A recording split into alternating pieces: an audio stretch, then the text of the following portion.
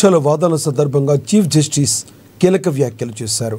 Sub category రిజర్వేషన్లు లేకపోవడం వల్ల ఎన్నికలు రద్దు చేయాలని కోరుతున్నారా అని పిటిషనర్ల తరపున న్యాయవాదులను ప్రశ్నించారు. ఈ క్రమంలోనే ఎన్నికల నోటిఫికేషన్ వచ్చాక కోర్టుల జోక్యం ఉండదని ఈసీ తరపు న్యాయవాది కోర్టుకు విన్నవించుగా ఆ మాటతో ధర్మాసనం కూడా ఏకీభవించింది. అనంతరం చీఫ్ జస్టిస్ రియాక్ట్ అవుతూ 42% రిజర్వేషన్ జీవో విచారణ సమయంలో పాత పద్ధతిలోని ఎన్నికలు చేపట్టాలని చెప్పాం కదా అని కామెంట్ చేశారు. ఇరుపక్షాల వాదనలో ఉన్న ధర్మాసనం 6 వారాల్లోపు కౌంటర్ దాఖలు చేయాలని ప్రభుత్వానికి స్పష్టమైన ఆదేశాలు జారీ చేస్తుంది.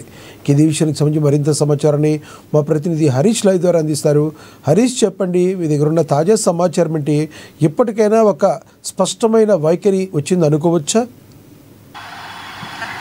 రైట్ లక్ష్మీనాథ్, పంచాయతీ ఎన్నికలకు సంబంధించి కూడా లైన్ క్లియర్ అయింది. ప్రధానంగా జీవో 47 కి సంబంధించి కూడా నిబంధనలకు విరుద్ధంగా రిజర్వేషన్లు కల్పించారంటూ కూడా ఈ జీవోను 46 ను రద్దు చేయాలని కూడా దాదాపుగా 12 పిటిషన్లు దాఖలయ్యాయి. ఇక విచారణకు సంబంధించి కూడా నిన్న హైకోర్టులో విచారణ కొనసాగింది. ఈ రోజుకు సంబంధించి కూడా విచారణ కొనసాగిన నేపథ్యం అయితే ఉన్నది. ప్రధానంగా ఈ జీవోను రద్దు చేయాలంటూ కూడా పిటిషనర్ సంబంధించి కూడా హైకోర్టులో పిటిషన్ వేయడం జరిగింది. ఇక ఈ జీవోతో బీసీలకు సంబంధించి కూడా రిజర్వేషన్లు 22% కుదింపు జరిగింది. ఇక బీసీలకు సంబంధించి కూడా రాజకీయాల్లో ఇతర గ్రామాలు కావచ్చు, పలు గ్రామాల్లో ఏదైతే స్థానానికి కూడా రిజర్వేషన్ లేని పరిస్థితి ఏర్పడింది. తక్షణమే దీన్ని రద్దు చేసి ఇక మరోసారి రీనోటిఫికేషన్ ఇచ్చి స్థానిక సంస్థలు ఎన్నికలు నిర్వహించాలని కూడా పిటిషనర్లు హైకోర్టులో పిటిషనర్ దాఖలు చేసిన నేపథ్యం అయితే కనిపిస్తా ఉంది. ఇక ఈ రోజుకు సంబంధించి కూడా హైకోర్టు ఈ పిటిషన్ పైన విచారణ చేపట్టింది. ఇక హైకోర్టు ఎన్నికలకు సంబంధించి కూడా తామే నోటిఫికేషన్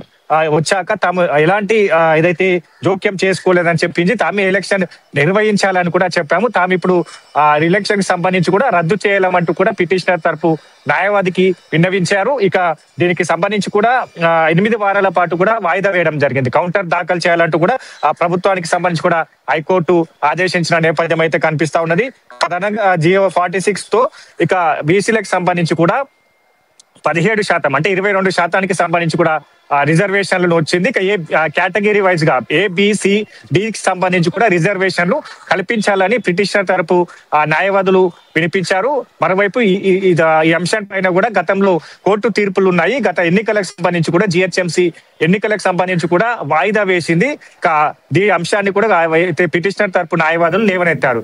ఇక ఇప్పుడు కూడా ఏదైతే పంచాయతీ ఎన్నికలకు సంబంధించి కూడా ABC కేటగిరీ వైజ్ గా కూడా రిజర్వేషన్లు కల్పించినాక ఎన్నికలు నిర్వహించాలని కూడా పిటిషనర్ తరపు న్యాయవాదులు వినిపించారు. వీటన్నిటి కూడా హైకోర్టు తోసిపుచ్చింది. 8 వారాల పాటు కూడా గడువు ఇచ్చిన వాయిదా వేసిన పరిస్థితి ఉంది. ఇప్పుడైతే తాము రాజకీయ పార్టీలకు సంబంధించి రిజర్వేషన్ విషయంలో ఏమైనా గందరగోళం నెలకొందా? ఎవరి పార్టీ స్టాండ్ ప్రకారం వాళ్ళు ఇచ్చుకుంటారా? ఏం జరగబోతుంది అంటారు? ప్రధానంగా జీవో 46 సంబంధించి అంటే గతంలో ఏదైతే రాష్ట్ర ప్రభుత్వం జీవో 9 ని తీసుకొచ్చింది, బీసీలకి సంబంధించి కూడా రాజకీయాల్లో 42% రిజర్వేషన్లు కల్పించే విధంగా కూడా జీవో 9 తీసుకొచ్చింది. దాంతో పాటుగా ఆర్డినెన్స్ కూడా గవర్నర్ పంపింది. 2 ఆర్డినెన్స్ సంబంధించి కూడా గవర్నర్ వద్ద పెండింగ్ లో ఉన్నాయి.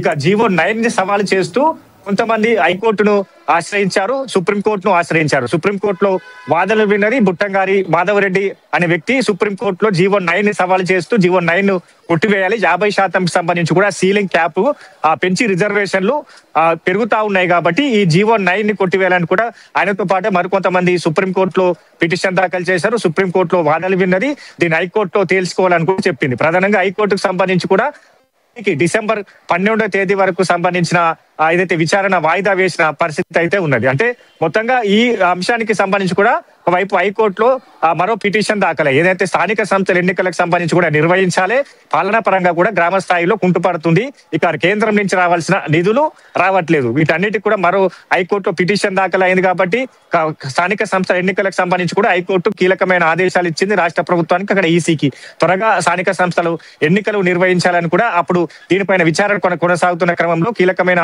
ఆదేశాలు జారీ చేసిన నేపథ్యంలో ఒకవైపు రాష్ట్ర ప్రభుత్వం జీవో 47 ను తీసుకొచ్చి, ఎందుకంటే హైకోర్టు స్పష్టంగా చెప్పింది స్థానిక సంస్థల ఎన్నికలకు సంబంధించి కూడా ఏదైతే 50% క్యాప్ కి సంబంధించి కూడా రిజర్వేషన్లు ఉండకుండా ఇక ఎన్నికలు నిర్వహించాలి, పాత పద్ధతిలో ఎన్నికలు నిర్వహించాలని కూడా స్పష్టంగా విచారణ కొనసాగిన నేపథ్యంలో రాష్ట్ర ప్రభుత్వానికి ఆదేశించింది. రాష్ట్ర ప్రభుత్వానికి సంబంధించి కూడా ఒక కీలకమైన నిర్ణయాన్ని తీసుకుంది. ఎందుకంటే 47 కి సంబంధించి కూడా జీవోను తీసుకొచ్చింది. గతంలో ఏదైతే రిజర్వేషన్లు ఉన్నాయో ఆ రిజర్వేషన్ల ఆధారంగా స్థానిక సంస్థల ఎన్నికలు నిర్వహించేందుకు ఆ జీవో తీసుకొచ్చింది. ఇక సర్పంచ్ ఎన్నికలు నిర్వహించిన తర్వాత జెడ్పీటీసీ ఎంపీటీసీ ఎన్నికలు ఉన్నాయో దానికి సంబంధించి కూడా 42% రిజర్వేషన్ కల్పించే విధంగా కూడా జీవో 9 పైన కూడా ఇక హైకోర్టు వాదన వినిపించబోతుంది.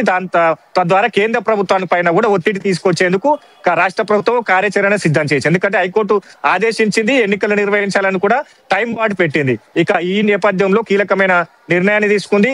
ఇక ఈ అంశానికి సంబంధించి కూడా జెడ్పీటీసీ ఎంపీటీసీకి సంబంధించిన ఎన్నికలకు 42% ఇచ్చే విధంగా కూడా కేంద్ర ప్రభుత్వం పైన ఒత్తిడి తేవడం, అలాగే సుప్రీంకోర్టులో ఈ అంశానికి సంబంధించి కూడా పక్కడ్బందీ ఆధారాలతో సుప్రీంకోర్టులో వాదనలు వినిపించడం, న్యాయ సలహాలు తీసుకుంటున్న పరిస్థితి ఉంది. అంటే మొత్తంగా ఈ 46% జీవోనికి సంబంధించి కూడా ఏదైతే దీనికి బీసీలంతా కూడా ఇప్పుడు వ్యతిరేకిస్తా ఉన్నారు. ఎందుకంటే బీసీలకు సంబంధించి కూడా 42% రాష్ట్ర ప్రభుత్వం రిజర్వేషన్ కల్పిస్తామన్నది కాబట్టి ఖచ్చితంగా రిజర్వేషన్ కల్పించినాకే ఎన్నికలు వెళ్ళాలి. ఇక 46 జీవో ప్రకారం ఏబిసిడి కేటగిరీ వైజ్ గా కూడా తమకు ఏదైతే రిజర్వేషన్ అంశంలో సీట్లు దక్కలేదు. వీటన్నిటికి సంబంధించి కూడా వాళ్ళు నిరసనలు చేస్తున్న పరిస్థితి అయితే కనిపిస్తా ఉన్నది. కాబట్టి మొత్తంగా ఈ 12 పిటిషన్లకు సంబంధించి కూడా హైకోర్టులో దాఖలయ్యాయి. ఏదైతే 46 జీవోను సవాల్ చేస్తూ ఈ పిటిషన్ దాఖలయ్యాయి. దీన్ని జీవోని వెనక్కి తీసుకోవాలని కూడా ఈ పిటిషన్ దాఖలు చేసిన పరిస్థితి అయితే ఉన్నది. కాబట్టి వీటన్నిటికి సంబంధించి కూడా నిన్న విచారణ చేసింది. ఈ రోజు సంబంధించి కూడా హైకోర్టులో ఈ 46 జీవో పైన విచారణ కొనసాగింది. ఇక జోక్యం చేసుకోలేము, తామే ఎన్నికలు నిర్వహించాలని కూడా స్పష్టమైన ఆదేశాలు ఇచ్చాం. మరొకసారి ఎన్నికలు నిర్వహించొద్దు అంటూ కూడా ఆదేశాలు ఇవ్వలేమంటూ కూడా ఇక పిటిషనర్ తరపు న్యాయవాదులకు హైకోర్టు సూచించిన నేపథ్యం ఉంది. ఇక ఈ కేసుకు సంబంధించి కూడా 8 వారాల పాటు వాయిదా వేశారు. కాబట్టి ఖచ్చితంగా స్థానిక సంస్థల ఎన్నికలకు సంబంధించి కూడా లైన్ క్లియర్ అయినట్టుగా తెలుస్తా ఉన్నది. ఇక మొత్తంగా ఈ 42% రిజర్వేషన్లకు సంబంధించి కూడా ఇక ఎన్నికల తర్వాత రాష్ట్ర ప్రభుత్వం మరోసారి ఒత్తిడి తెసేందుకు సిద్ధమవుతున్న పరిస్థితి అయితే ఉంది. Lakshminath, thank you Harish.